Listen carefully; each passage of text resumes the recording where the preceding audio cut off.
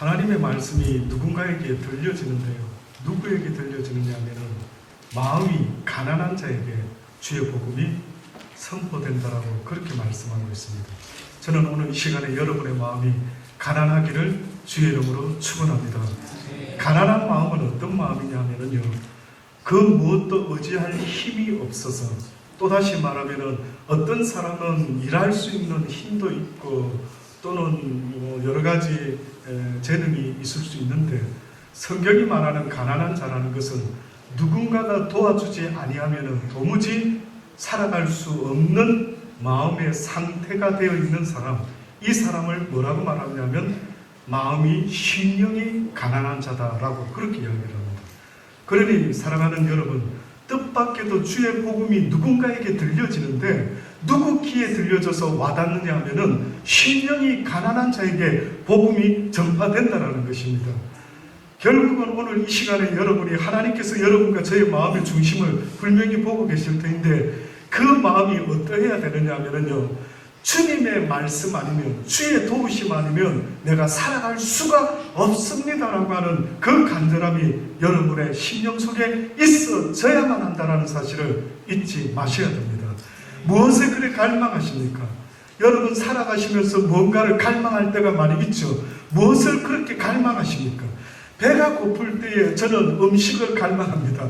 배고플 때는요, 뭐 데이트도 생각 안 나고, 배고플 때는 뭐 영화 보고 싶지도 않고, 배고플 때는 뭐 누구 암만 뭐 어떤 사람 만난다 하더라도 일단 먹고 봐야겠다라는 생각이 들지 않습니까? 마찬가지로 우리의 심령이요, 그처럼 가난해서 누군가의 도움 없으면 오늘 굶어 죽을 것 같은 그 간절한 마음이 있지 아니하면 결단코 복음이 여러분의 것이 될 수가 없다라는 사실을 잊지 마시기를 간절히 주의 이름으로 축원합니다.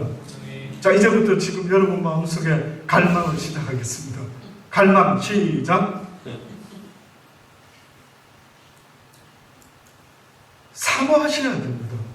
목마른 사슴이 우물을 찾는다고요. 여러분의 심령이 갈망하지 않는데 저는 보니까 하나님이 은혜를 부어주지 않는 거예요. 하나님의 법칙은요, 갈망하는 사람에게 은혜를 부어줍니다.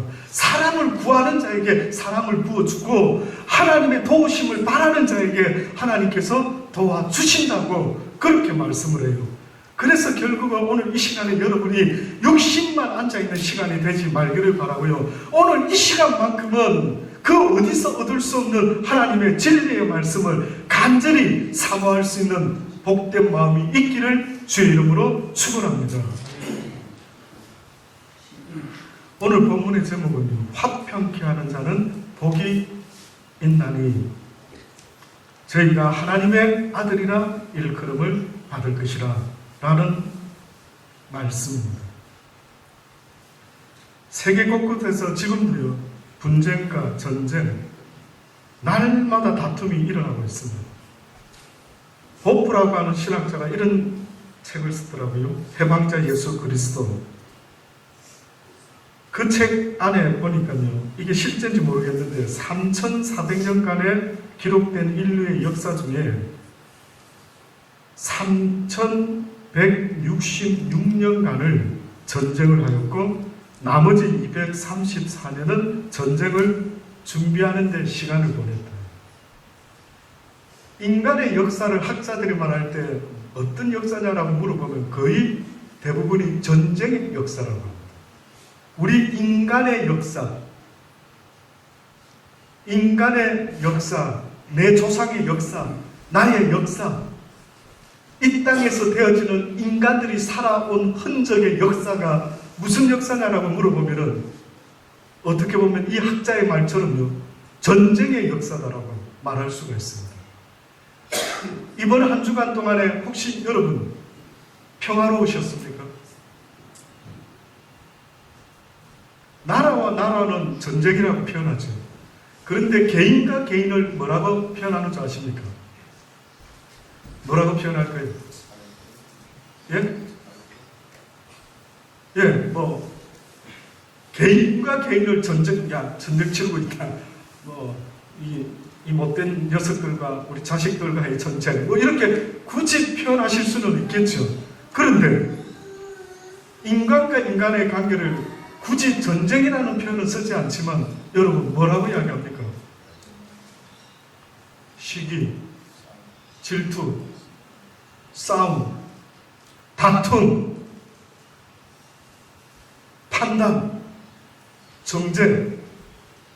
한 주 동안에 여쭤볼게요. 저는 평화로웠습니다. 내 삶 속에서 한 주간은 아주 평화의 날이었습니다. 다툼이 없었습니다. 전쟁이 없었습니다. 있으십니까? 한 번도 없으십니까? 장로님, 예. 다투셨습니까? 안 다투고 합평했습니다. 예? 항복하셨다고요? 예, 합평했습니다. 좋았습니다. 합격하셨습니다. 예. 와, 부럽습니다. 진짜 부럽습니다. 여러분, 살아가면서 다투지 아니하고 합병하고 화목하고 용서하고 오히려 백기를 들고 성경에 왜 인간의 삶이 평화가 사라졌는가라는 것을 이야기하는데요. 인류 태초의 아담과 하와가 선악과를 따먹기 전에는 그들의 삶은 평화로웠습니다.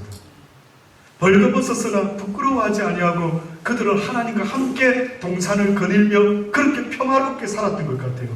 그런데 아담과 하와가 하나님이 하지 말라고 한 선악과를 따먹고 나서 죄를 얻게 되는데 그 이후로부터 어떤 일이 벌어졌는가 보니까 평화가 사라져버리고 말았어요. 에덴에서 쫓겨난 아담과 하와의 첫 번째 아들 가인이 태어나고 두 번째 아들 아벨이 태어났는데 보니까 이 집안이요 문제가 발생된 겁니다. 큰 아들이 작은 아들을요 어떻게 합니까? 죽여버리고 마는 거예요. 너무 극과 극이죠. 너무 극과 극이죠. 어떻게 이런 집안이 이렇게, 어떻게 아담과 하와의 집안이 이렇게 변할 수가 있을까라는 생각이 들지 않습니까? 그 이유가 뭔가 보면은요, 아담과 하와가 죄를 범했는데 죄를 범했을 때에 그들은 결과적으로 하나님과의 관계가, 하나님과의 화평이 깨지고 말았어요. 화평을 이야기할 때, 평화를 이야기할 때 저와 여러분은 평화할 수가 없습니다. 저와 여러분이 아무리 사이좋게 지내고 다투지 맙시다 라고 손에 손잡고 산을 넘어서 온 나라가, 온 세상이 하나 되자라고 올림픽 노래를 아무리 불러 외친다 할지라도요, 저와 여러분이 하나 될 수 있는 길이 있을까요? 부부도 하나 되기가 얼마나 어려운지 아시죠?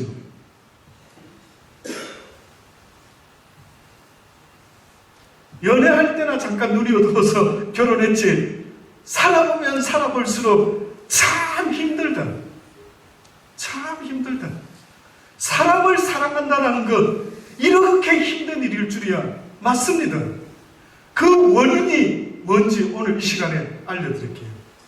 아마 와닿는다라고 하면 저한테 짜장면 쏘셔야 될 겁니다.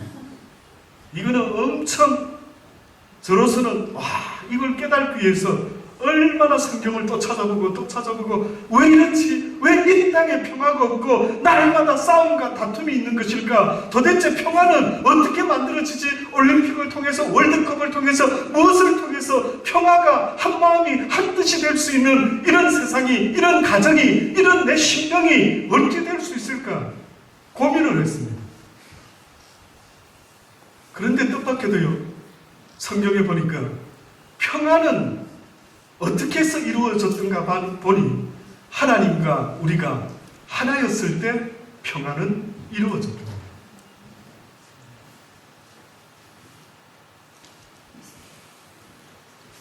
결국 이 땅에서 우리가 평화를 이야기할 때 하나님을 제외한 평화 이야기를 할 수가 없게끔 되어 있습니다. 남편도 하나님 안으로, 아내도 하나님 안으로. 저는 고신을 학부를 다녔는데요, 이상규 교수님이라고 저희 은사 교수님이셔요. 그래서 여기까지 오셨을 때도 이렇게 늘 이야기를 나눌 수 있는 그런 여러 교수, 음악가 교수도 있었고 한데 그분하고 대화를 많이 했습니다. 근데 잊혀지지 않는 대화 하나가 있습니다. 그게 뭔지 아십니까? 제가 결혼 전에 그 교수님에게 여쭤봤죠. 목사님,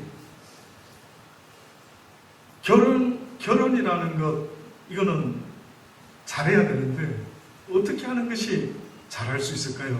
라고 했더니만 뭐라고 말씀하느냐면 하나님을 사모하는 딸을 만나야 돼요. 하나님을 사모하는 딸. 그러시면서 도표 하나를 보여주시는데 뭐라고 설명하느냐면 여기 남자가 있다, 여기 여자가 있다. 이제 이 두 사람이 만나서 결혼을 했다.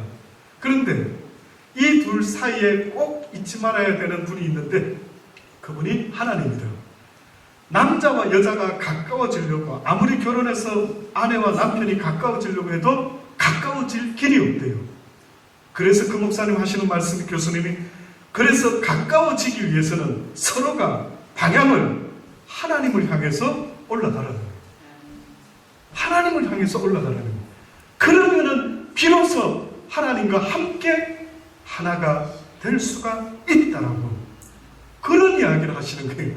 그래서 제가 총각 때 호주에 있을 때에 중매가 들어올 때에 뭐 어떤 색시를 원하십니까? 했을 때 제가 했던 말, 저보다 하나님을 더 사랑하는 여인을 만나기를 원합니다. 너무 세게 기도해서 그러는지 살아보면서 조금 불편한 감이 참 있었습니다. 예, 하나님을 사랑하는 여인을 만나면 행복할 줄 알았어요. 근데 그 행복은 제가 생각했던 그 행복은 만만치 않았습니다. 예, 주님 안에서 막 지적을 당하고 늘 야당의 모습으로 이야기할 때에 이게 아닌데 이 생각이 아니었는데 하는 생각도 해보면서요. 예, 결국은 여러분 우리가 여러분과 저가 아내와 남편이 아이들과 하나 될 길이 뭐가 있을까? 그래서 저는 우리 아들하고 하나 되기 위해서 하는 방법이 있습니다. 가장 제가 옛날부터 써먹었던 방법. 우리 아들들은 학교 갈 때, 학교 다녀올 때에 저하고 어떻게 인사를 하냐면 허그를 합니다. 허그. 일단 하나 되기 위한 하나의 액션이죠. 그래서 사랑으로 아들과 하나 되어야 되겠다 결심하고요. 딸도 아닌데 저는 아들과 허그를 합니다. 그래서 지금도 저는요, 저희 아들이 어디 나갔다 들어오고 뭐 떠날 때나 어디 갈 때 거의 100% 허그합니다. 그 다음 허그를 하면서 하는 말이 있습니다. 아들아, 캔버라 가서 일을 하더라도 바이블을 읽어야 됩니다. 하나님 말씀을 읽어야 됩니다. 그러니까 이 아들이 나와 친해지고 이 딸이 나와 친해지려고 하면은 여러분 잊지 마세요. 그들에게 하나님의 말씀을 전해줘야 되는 겁니다. 진리를 가르쳐줘야 돼요. 사랑하는 시온아, 사랑하는 딸아, 아들아, 어렸을 때부터 하나님의 말씀을 배운 자들은 그 말씀 안에서 엄마 아빠를 공경하고 존경하고 사랑하고 형제 우애가 있고, 근본적인 문제는 바로 이 하나님의 말씀을 배우지 못하는 것이요, 어떻게 무식한 우리의 모습이 결국은 다툼을 일으켜낸다는 것을 잊지 마셔야 됩니다. 그래서 성경 말씀의 구구절절 보면은요,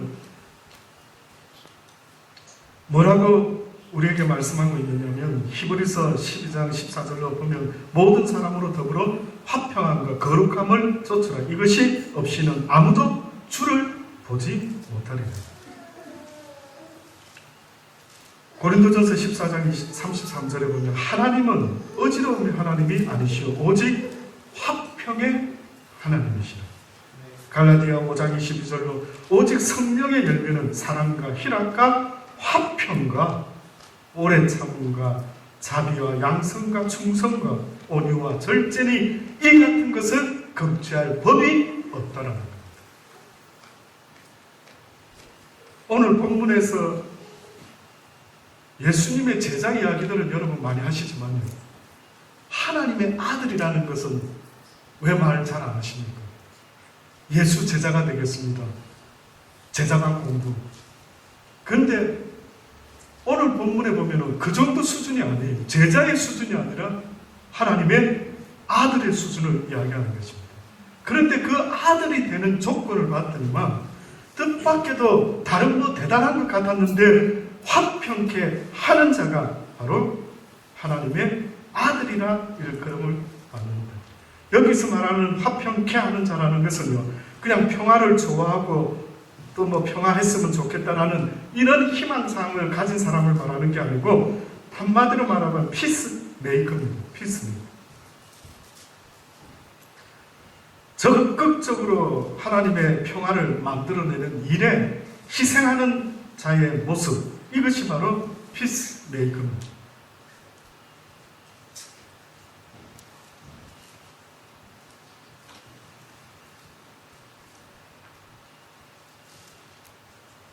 마태복음 5장 21절부터 말씀해 보면요, 이런 말씀이 있습니다. 옛사람에게 말함과 살인치 마라. 누구든지 살인하면 심판을 받게 되리라 하는 것을 너희가 들었으나 나는 너희에게 이르노니 형제에게 노하는 자마다 심판을 받게 되고 형제를 대하여 라가라 하는 자는 공회에 잡히게 되고 미련한 놈이라 하는 자는 지옥불에 들어가게 되리라. 화평을 이루지 못하는 가장 큰 나의 반응이 있다면 그거는 화입니다. 화. 노하는 것. 여러분, 왜 화를 내죠?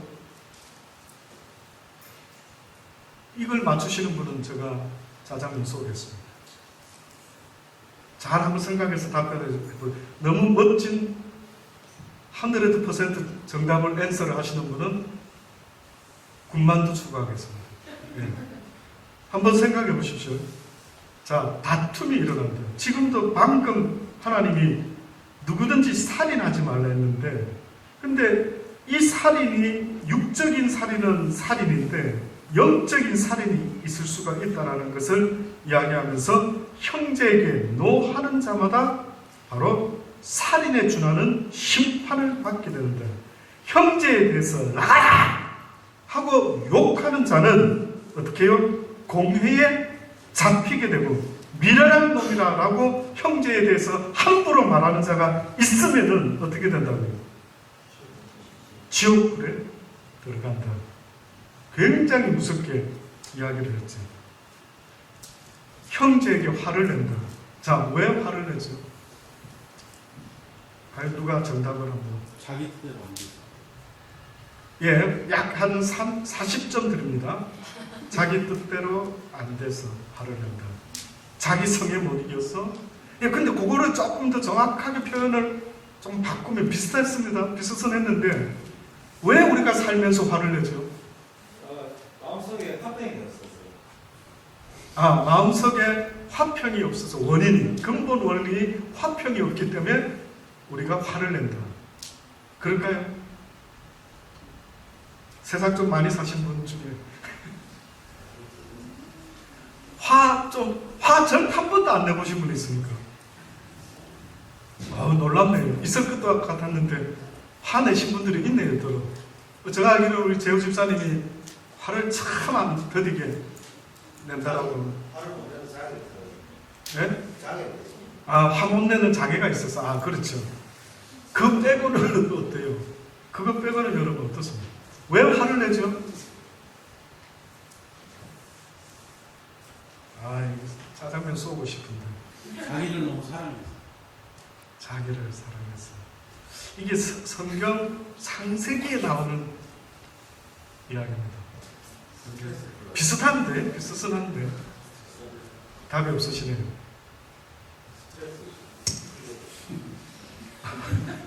스트레스 풀기 위해서 화를 낼 수도 있겠죠. 예.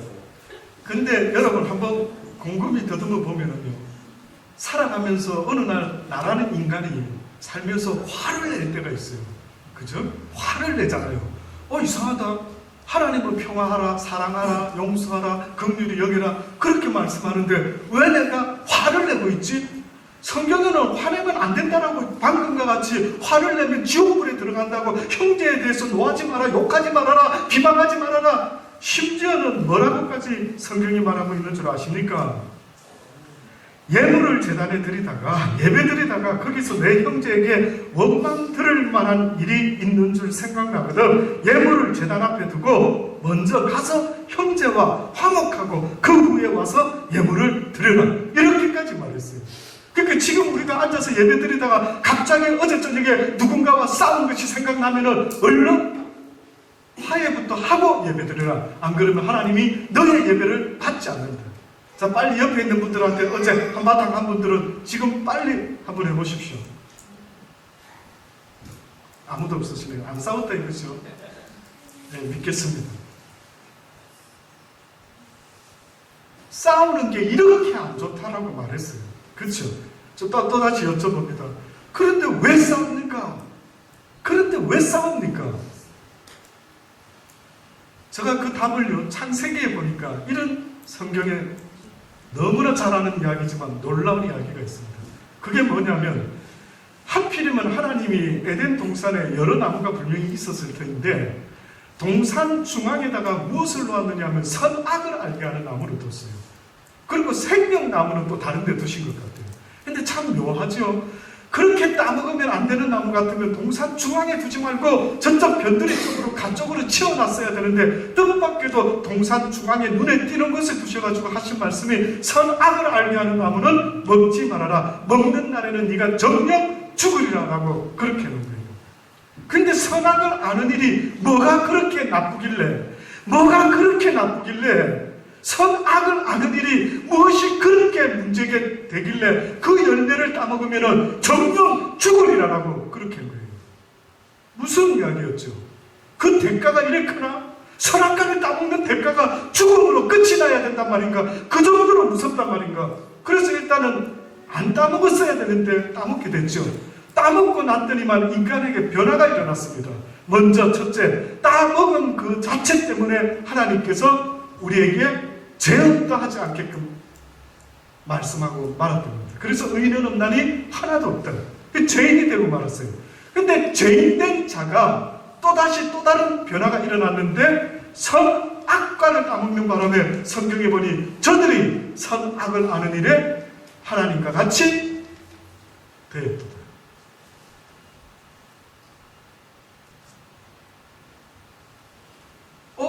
와, 우리가 하나님하고 세임이네.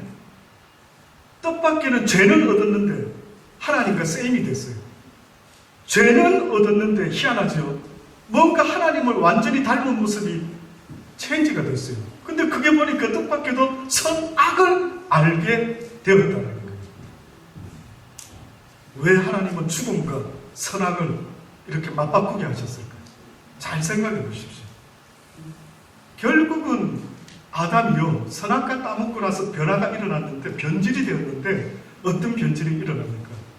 화평이 깨지면서 하나님이 지어준 이 여자가 따먹으라 해서 따먹게 되었다 라고 하면서 부부관계가요 깨지고 말았어요. 그 판단하기 시작한 겁니다. 어떤 판단? 내가 선악과를 따먹은 이유를 가만히 생각해 보니까 나의 폴트가 아니고 저 옆편네가 따먹으라 해서 먹었는데 왜 내가 저 옆편네하고 결혼했지? 하나님, 내가 언제 저 여자를 지어달라고 했습니까? 당신이 지어준 저 여자 때문에 내가 이런 어려움을 당하게 되었다. 판단하기 시작했어요. 판단하기. 성경은 어느 날 우리에게 말씀하시기를 판단은 누구의 몫이라고요? 하나님의 몫이다. 선악을 분별하는 판단은 누구의 몫이다? 하나님의 몫이다. 하나님은 악한 자도 악하게 쓴다. 하나님만이 모든 걸 아시고 모든 걸 판단하실 수 있다라고 그렇게 성경이 말씀하고 있는 거예요. 저와 여러분은 어떤 진실을 제대로 알기 전에는 우리는 그 무엇도 판단할 수가 없는 겁니다. 하나님이 나를 연단시키시려고 나에게 가시를 두시고 원수를 주어서 네가 원수를 사랑하는지를 보려고 하신다면 그 원수가 있어야 될 거 아닙니까? 나그네를 사랑하라. 나그네가 있어야 되지 않습니까? 성경에 보면 하나님이 말씀한 모든 것에는요 그게 있단 말이에요. 목이 마른 것은 물이 있기 때문에 목이 마른 거예요.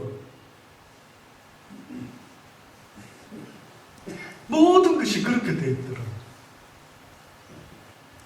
그러니 하나님은 모든 걸 협력해서 선을 이루어내시는 분이기 때문에 심지어는 내 인생에 대해서도 함부로 판단하지 말아라.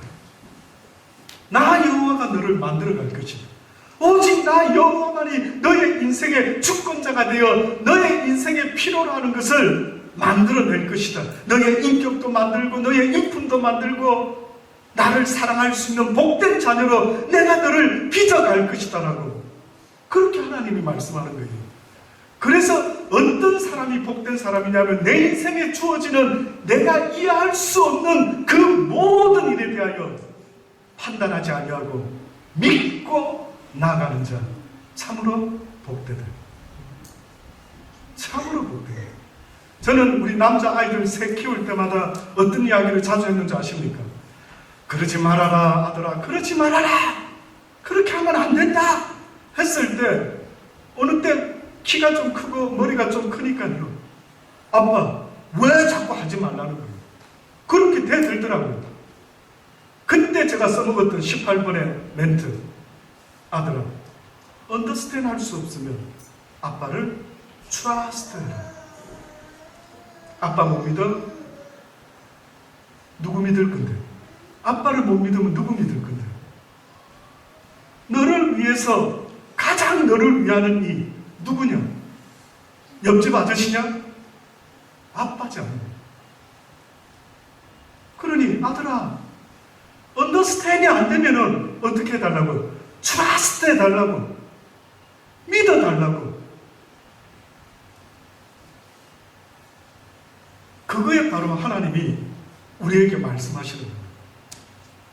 그래서 결론적으로요, 오후 시간에 다시 이어서 하겠습니다만 하나님이 우리에게 피스메이커가 되어라 라고 하는 것은요, 뭐 손에 손잡고 커피 한잔하고 맛있는 밥 먹고 이게 아니라 제가 아이들에게 하나님의 말씀을 가르치는 것처럼 하나님을 알지 못하는 그들에게 복음을 전하는 이것이 곧 피스메이커라.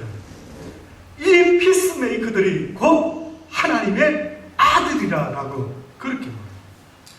이 세상에는 평화가 없는 겁니다. 살아보지 않았습니까? 어디에 그렇게 평화가 있으면 저한테 좀 가르쳐 주십시오. 저도 그 평화를 얻을 수 있도록.